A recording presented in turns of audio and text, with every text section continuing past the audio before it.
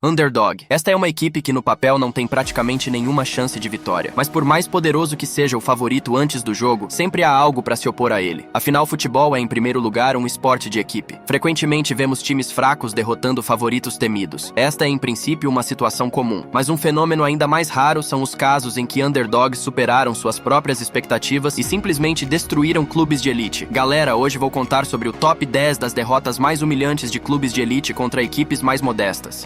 Real Madrid, CSKA e Spartak Arsenal. Para os clubes russos sempre foi difícil enfrentar adversários estrelados. Sim, houve casos em que o Rubin Kazan conseguiu uma vitória mínima no Camp Nou e o Zenit esmagou o Bayern de Munique por 4-0. Porém, aquele não era o Bayern que conhecemos hoje. Mas neste século podemos encontrar pelo menos duas partidas em que times russos superaram adversários renomados em campo. Vamos começar com o exemplo mais recente. Antes da última rodada da fase de grupos da Liga dos Campeões, 18-19, já estava claro que o CSKA não avançaria para os playoffs. No entanto, a partida fora de casa no Santiago Bernabéu contra o Real Madrid ainda tinha grande significado para a equipe de Viktor Goncharenko, especialmente porque no primeiro confronto, os russos haviam vencido os merengues por 1-0 em Moscou. Aos 37 minutos do jogo em Madrid, Fyodor Chalov fez os torcedores acreditarem novamente em uma surpresa. Ele driblou os adversários na área e mandou a bola no canto distante. Não passaram nem 5 minutos e o CSKA marcou o segundo. Desta vez foi Georgi Shenikov quem aproveitou um rebote e novamente frustrou Courtois. No segundo tempo, o Real Madrid não conseguiu reagir de forma alguma enquanto os comandados de Goncharenko, pelo contrário, ampliaram o placar com Arnor Sigurdsson. O jogo terminou com um impressionante 3-0 a favor do clube russo. Apesar de o CSKA terminar na última posição do grupo, ele saiu de cena com um estrondo goleando o então atual campeão da Champions. Outro clube de Moscou, o Spartak, também precisou em seu tempo esmagar um dos melhores clubes da sua região. Isso aconteceu na segunda fase de grupos da Liga dos Campeões da temporada 2000-2001. Naquele grupo, a equipe comandada por Oleg Romantsev terminou na última posição com apenas 4 pontos, mas a única vitória do time foi no jogo em casa contra o Arsenal. Os Gunners abriram o placar logo aos 2 minutos, e muitos pensaram que o jogo estava decidido para os ingleses. Porém, essa opinião se mostrou completamente equivocada. No meio do primeiro tempo, o jogador do Spartak Marcão aproveitou um rebote com sucesso e empatou a partida. No início da segunda etapa, o brasileiro foi além e colocou sua equipe na frente, marcando novamente com um chute em gol vazio. O Arsenal não conseguiu reagir enquanto o Spartak ampliou com mais 2 gols. Primeiro, Titov marcou em um contra-ataque cara a cara com o goleiro. E por fim, Luiz Robson selou o placar ao driblar o goleiro e empurrar para as redes. O resultado foi uma vitória histórica do Spartak por 4-1, que entrou para a história do clube moscovita. Watford e Manchester United. No verão de 2021, o Manchester United havia se reforçado com jogadores como Cristiano Ronaldo, Jadon Sancho e Rafael Varane. Os torcedores esperavam que a equipe chegasse a um novo patamar, mas na 12ª rodada da Premier League contra o Watford, o time estava em 6º lugar na tabela, 5 pontos atrás do top 4. Resultados como esses colocavam o trabalho do técnico Ole Gunnar Solskjaer em grande ameaça, então era vital que seus jogadores conquistassem 3 pontos fora de casa. Aparentemente, os Red Devils não estavam dispostos a lutar pelo seu treinador. No início da partida, o Manchester United sofreu um pênalti muito bobo devido à negligência de Bruno Fernandes e dos defensores centrais. No entanto, quando recebeu a chance do pênalti, o meio-campista do Watford, Ismail Assar, não conseguiu superar o goleiro David De Gea em um duelo. Apesar de Kiko Femenia ter aproveitado o rebote e colocado a bola na rede, o árbitro anulou o gol já que o espanhol entrou na área antes do chute. O pênalti foi cobrado novamente, mas surpreendentemente De Gea defendeu mais uma vez, encerrando qualquer discussão. No entanto, isso não ajudou muito o Manchester United, que acabou sofrendo um gol 17 minutos depois. Joshua King superou os zagueiros e abriu o placar após um cruzamento. No final do primeiro tempo, o Watford ampliou a vantagem. Desta vez, Sarr acertou um belo chute no canto distante após uma jogada de um ângulo difícil. No início do segundo tempo, Donny van de Beek conseguiu reduzir a diferença ao cabecear um passe vindo de Cristiano Ronaldo, mas a esperança de um empate não durou muito. Aos 68 minutos, o zagueiro do United, Harry Maguire, cometeu um erro grosseiro, recebeu o cartão vermelho e deixou sua equipe com 1 a menos. O United não conseguiu mais produzir nada no ataque enquanto o Watford brilhou após os 90 minutos. Primeiro, João Pedro marcou no canto próximo, devolvendo a vantagem de 2 gols para os donos da casa. Em seguida, Emmanuel Dennis, de uma posição semelhante, deixou o placar final ainda mais vergonhoso. Como era de se esperar, a diretoria não tolerou esse desastre e rapidamente demitiu Solskjaer. Também poderíamos incluir aqui a derrota por 4-0 para o Crystal Palace, que ocorreu em maio deste ano. Mas naquela partida, o Manchester United jogou completamente sem zagueiros centrais, o que fez com que Casemiro, improvisado na posição, entregasse bolas pro próprio gol. Por isso é melhor pularmos isso. Dinamo de Kiev-Barcelona. Na fase de grupos da Liga dos Campeões 97-98, o Dinamo de Kiev enfrentou o Barcelona 2 vezes. Ambas as partidas foram desastrosas para os catalães. No primeiro confronto, os ucranianos golearam o Barça por 3-0, o que já parecia um resultado digno de destaque. Mas isso era apenas o começo. Depois, o clube de Kiev foi ao Camp Nou, onde ocorreu algo difícil de explicar mesmo 27 anos depois. Logo aos 9 minutos, o jovem Andriy Shevchenko aproveitou um cruzamento e abriu o placar. Aos 32 minutos, o futuro vencedor da Bola de Ouro novamente venceu no jogo aéreo e ampliou a vantagem da sua equipe. Mas os gols de Andriy não pararam por aí. No final do primeiro tempo, o atacante sofreu um pênalti e ele mesmo o converteu com sucesso. Já no início da segunda etapa, o Barcelona ficou com um jogador a menos após a expulsão de Sergi Barjuan. Aos 77 minutos, Serhi Rebrov aproveitou um erro da defesa e do goleiro do time catalão, empurrando a bola para o gol vazio e fazendo 4-0. No final, o Barcelona foi derrotado de forma surpreendente em seu próprio campo. Ninguém conseguia acreditar. Afinal, muitos achavam que a derrota no primeiro jogo tinha sido apenas um acidente atribuído às condições do gramado e do clima. Mas após o segundo jogo, não havia dúvidas de que o Dinamo de alguma forma foi superior ao Barça. O placar combinado das duas partidas terminou em humilhante 7-0 para os ucranianos. Brentford-Manchester United. No verão de 2022, Erik ten Hag assumiu o comando do Manchester United. Parecia ser o treinador ideal para uma equipe em processo de reconstrução. O clube contratou Antony, Casemiro, Lisandro Martinez e outros ótimos jogadores. Havia a expectativa de que os Red Devils finalmente voltariam ao topo. No entanto, o início da temporada, sob o comando de Erik, foi longe do ideal. Pode-se até dizer que foi terrível. Na primeira rodada, o time perdeu para o Brighton em casa por 2-1, e na semana seguinte foi jogar em Brentford. Talvez na época alguns duvidassem do potencial do United, mas poucos esperavam que o time que estava apenas em seu segundo ano na Premier League demolisse os Red Devils já no primeiro tempo. Tudo começou aos 10 minutos, quando David De Gea cometeu um erro após um chute de Josh da Silva, deixando passar um gol evitável. 8 minutos depois, o United falhou ao tentar sair jogando, e Matthias Jensen aproveitou o presente e dobrou a vantagem de sua equipe no placar. Aos 30 minutos, os defensores dos Red Devils voltaram a falhar, permitindo um gol desajeitado de Ben Mee após um escanteio e um desvio na segunda trave. E inacreditavelmente, por mais que não pareça 5 minutos depois, Bryan Mbeumo marcou o quarto gol em um contra-ataque. Placar de 4-0 aos 35 minutos. Uma catástrofe. O Brentford poderia ter ampliado no segundo tempo, mas decidiu administrar o jogo enquanto o United não conseguiu reagir. Ainda assim, na rodada seguinte, o United venceu o Liverpool pela primeira vez em 4 anos, e por isso aquela derrota para o Brentford foi quase imediatamente esquecida. Bodo Glimt Roma. Em 2021, quase ninguém sabia da existência do clube Bodo Glimt. Hoje eles estão se destacando nas competições europeias, mas em 2021 eles estavam participando pela primeira vez neste século. Em comparação com a Roma, eles pareciam um time amador. Acontece que naquela temporada, o clube de Roma enfrentou o time norueguês 4 vezes, e ninguém poderia imaginar que eles se tornariam uma verdadeira pedra no sapato para os italianos. No jogo fora de casa válido pela terceira rodada da fase de grupos, a Roma entrou em campo com uma atitude confiante. Porém, o técnico José Mourinho não fazia ideia do quanto havia subestimado o adversário.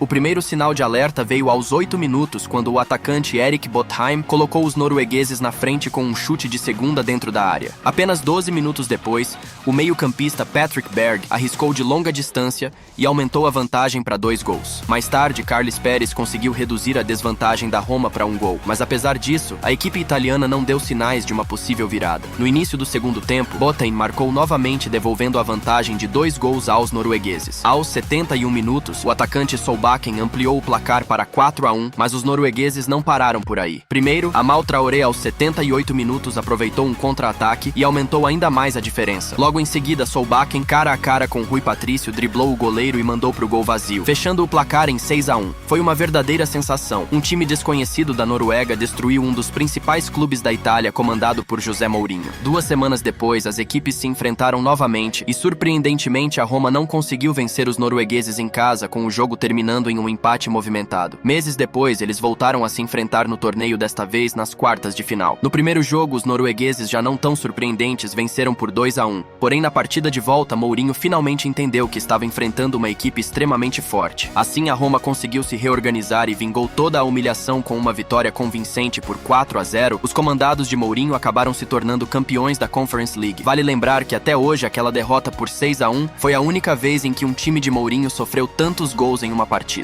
Stoke City Liverpool. O jogo da última rodada da Premier League na temporada 14-15 foi a despedida do capitão do Liverpool, Steven Gerrard, com a camisa do clube que o revelou. Gerrard dedicou 17 anos ao Liverpool, e o time queria dar uma despedida à altura da lenda. No entanto, os companheiros de equipe, para dizer o mínimo, decepcionaram Gerrard e transformaram sua despedida em um pesadelo. Tudo começou aos 22 minutos, quando o atacante Mami Biram Diouf marcou no rebote e abriu o placar para o Stoke City. 4 minutos depois, o senegalês fez o segundo com um chute poderoso, um pouco abaixo do travessão próximo à entrada da área. O próximo gol do Stoke veio com o mesmo intervalo. Desta vez, Johnny Walters aproveitou a desatenção da defesa do Liverpool e ampliou o placar. Só que o primeiro tempo ainda reservava mais. Aos 41 minutos, o meio-campista Charlie Adam marcou contra seu ex-clube chutando no canto próximo da linha da grande área. Logo em seguida, Steven Nzonzi fez um gol espetacular a alguns metros, colocando a bola no ângulo distante como se fosse com a mão. Até os 70 minutos o jogo ficou morno, até que Gerrard conseguiu deixar sua marca em sua despedida. Ele marcou em um confronto individual com o goleiro, mas infelizmente o Stoke ainda não havia encerrado sua atuação dominante. Nos momentos finais, o ex-jogador do Liverpool, Peter Crouch, marcou de cabeça, como era sua especialidade, encerrando o placar em 6-1 a favor do Stoke. Essa foi uma das derrotas mais pesadas da história do Liverpool, e provavelmente a pior despedida de uma lenda do clube até hoje.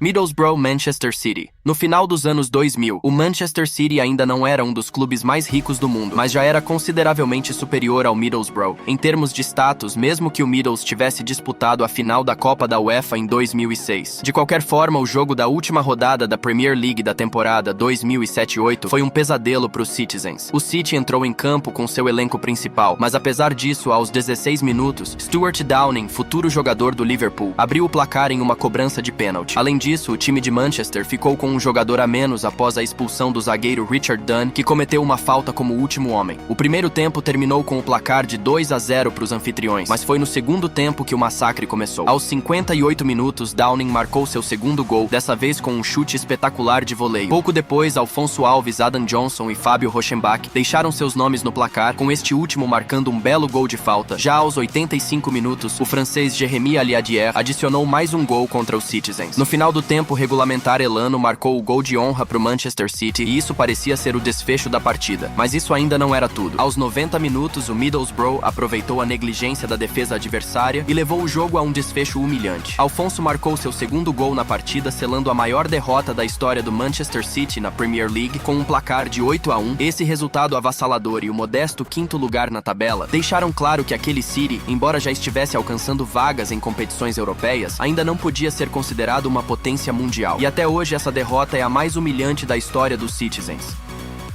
Eintracht Bayern, 2019 e 2023. Antes de assumir o comando do Bayern de Munique no verão de 2018, Niko Kovac derrotou o gigante bávaro na final da Copa da Alemanha como técnico do Eintracht. Curiosamente, em novembro de 2019, uma derrota para seu ex-clube marcou o fim de sua passagem como treinador do Bayern. Logo, aos 8 minutos do jogo fora de casa, o zagueiro Jerome Boateng recebeu cartão vermelho, complicando muito a situação do Bayern. As coisas pioraram ainda mais quando, aos 25 minutos, Philippe Kostic aproveitou uma sequência de desvios na área e colocou o Eintracht na frente. Pouco depois, Djibril Sol teve uma oportunidade semelhante e ampliou para 2-0. Apesar de um gol solo impressionante de Robert Lewandowski que diminuiu a diferença, o Bayern não conseguiu reagir no segundo tempo. Aos 49 minutos, David Abraham completou um cruzamento e restaurou a vantagem confortável do Eintracht. 11 minutos depois, Martin Hinteregger respondeu a um cruzamento de escanteio e ampliou o placar, deixando a situação ainda mais humilhante para o Bayern. No final do jogo, Gonçalo Paciência aproveitou um passe de seu companheiro e empurrou a bola para o gol vazio, fechando o placar em 5-1. Naturalmente, após esse desastre, Niko Kovac foi demitido e todos sabem o que aconteceu depois com a chegada de Hans-Dieter Flick. O Bayern dominou em todas as frentes e conquistou a tríplice. 4 anos depois, a história se repetiu. Em dezembro de 2023, o Bayern voltou a enfrentar o Eintracht fora de casa e novamente levou 5 gols, marcando apenas um de resposta. Não há necessidade de detalhar os acontecimentos daquele jogo, já que isso aconteceu há apenas 6 meses. No entanto, a derrota de 4 anos atrás parece ainda mais inexplicável, considerando que naquela época o Eintracht não era um time que lutava pelas primeiras posições da tabela. Falência Real Madrid. No início dos anos 2000, o Valência se consolidou como um grande clube jogando 2 finais consecutivas de Liga dos Campeões, conquistando o título espanhol em 2002 e 2004. Contudo, no final da década de 90, o Valência era extremamente irregular, terminando em 19º lugares na La Liga, em 97 e 98. Por isso, no confronto das semifinais da Copa do Rei de 99 contra o Real Madrid, o Valência era considerado uma zebra. No entanto, os jogadores surpreenderam o mundo com uma atuação histórica. Tudo começou aos 20 minutos com Cláudio Lopes abrindo o placar com um chute potente de cobrança de falta. Pouco depois, os torcedores no Mestalla viram o segundo gol também vindo de uma bola parada. Desta vez, Alan Rocha aproveitou uma disputa aérea de forma malandra e mandou para o gol. Aos 34 minutos, o placar já estava se tornando devastador. Goran Vlahovic marcou em um rebote e aumentou a vantagem de sua equipe de 3 gols. Antes do fim do primeiro tempo, Alan Rocha marcou novamente, deixando o placar em 4-0. No segundo tempo, o pesadelo do Real Madrid continuou. Aos 54 minutos, Miguel Ángel Ângulo desviou de leve um cruzamento do companheiro, ampliando para 5-0. Por fim, aos 71 minutos, Gaisca Mendieta fez o 6º gol após tomar a bola em uma situação difícil e finalizar com maestria no canto. Naquele dia, o Valência chocou o Real Madrid com uma goleada por 6-0, a maior derrota do clube madrilenho nos últimos 72 anos. Apesar de o Real já ter perdido por placares ainda maiores, isso só ocorreu no meio do século XX. Aston Villa-Liverpool. E finalmente chegamos à derrota mais inesperada e inexplicável da história das grandes equipes. Alguém pode pensar, Aston Villa é um time modesto. Hoje o Aston Villa é sem dúvida um dos times mais temidos da Premier League, mas em 2020 era considerado um dos piores da competição. O clube havia acabado de voltar à Premier League após uma temporada na Championship. Por outro lado, o Liverpool começou a temporada 2021 como o atual campeão inglês, algo que não acontecia com o clube desde o início do século XXI. No quarto turno da Premier League, os Merseyside jogariam fora de casa. Como já era de se imaginar, era contra o Aston Villa, que estava disputando sua segunda temporada na elite do futebol inglês. Na temporada anterior, eles terminaram em 17º lugar, escapando por pouco do rebaixamento. Por isso, praticamente todos acreditavam que os Reds atropelariam os Villains, mas logo aos 4 minutos, o goleiro Adrian cometeu um erro imperdoável, e o então pouco conhecido atacante Ollie Watkins abriu o placar para o Villa. Pouco depois, o atacante inglês marcou novamente, cortando da lateral para o centro e acertando o canto oposto. Apesar disso, a vantagem de 2 gols não durou muito, pois 10 minutos depois, Mohamed Salah diminuiu a diferença para o Liverpool. No entanto, antes que os jogadores do Liverpool pudessem reagir, um terceiro gol entrou em suas redes. Após um chute de John McGinn, a bola desviou fatalmente e deixou Adrian sem chances. Logo em seguida, Ollie Watkins completou seu hat-trick aproveitando um cruzamento e cabeceando para o gol vazio. Parecia que o Aston Villa diminuiria o ritmo, mas no segundo tempo, os Villains continuaram castigando o adversário. Ross Barkley marcou um golaço de longa distância, mas Salah respondeu rapidamente marcando seu segundo gol após um passe em profundidade. Esse foi o último gol do Liverpool na partida, o que não se pode dizer do Aston Villa. O líder da equipe naquele momento e pouco conhecido Jack Grealish resolveu aparecer. Primeiro ele marcou após um desvio em Fabinho e depois finalizou o placar ao driblar Adrian em um mano a mano. O atual campeão inglês perdeu para o Aston Villa por 7-2, um placar inacreditável. Naquele momento ninguém podia acreditar no que havia acontecido. Ninguém entendia como o atual campeão da Inglaterra havia sofrido 7 gols de uma equipe que 2 anos antes jogava na Championship e no ano anterior havia escapado do rebaixamento por um milagre. Foi uma anomalia e talvez a derrota mais humilhante da história do clube de Merseyside. Além disso, foi a primeira vez que o Liverpool sofreu 7 gols em um jogo desde 63. A propósito, aquele Aston Villa terminou a temporada na 11ª posição, mas caiu para o 14º lugar no ano seguinte. Subestimar um adversário é algo muito perigoso que pode pregar peças em qualquer favorito. Bem, galera, este foi o vídeo de hoje, se vocês assistiram até aqui. Eu peço que comentem o que acharam do vídeo, lembrando novamente para vocês deixarem o like, se inscreverem no canal e ativar o sininho para valorizar nosso trabalho. É isso e fui!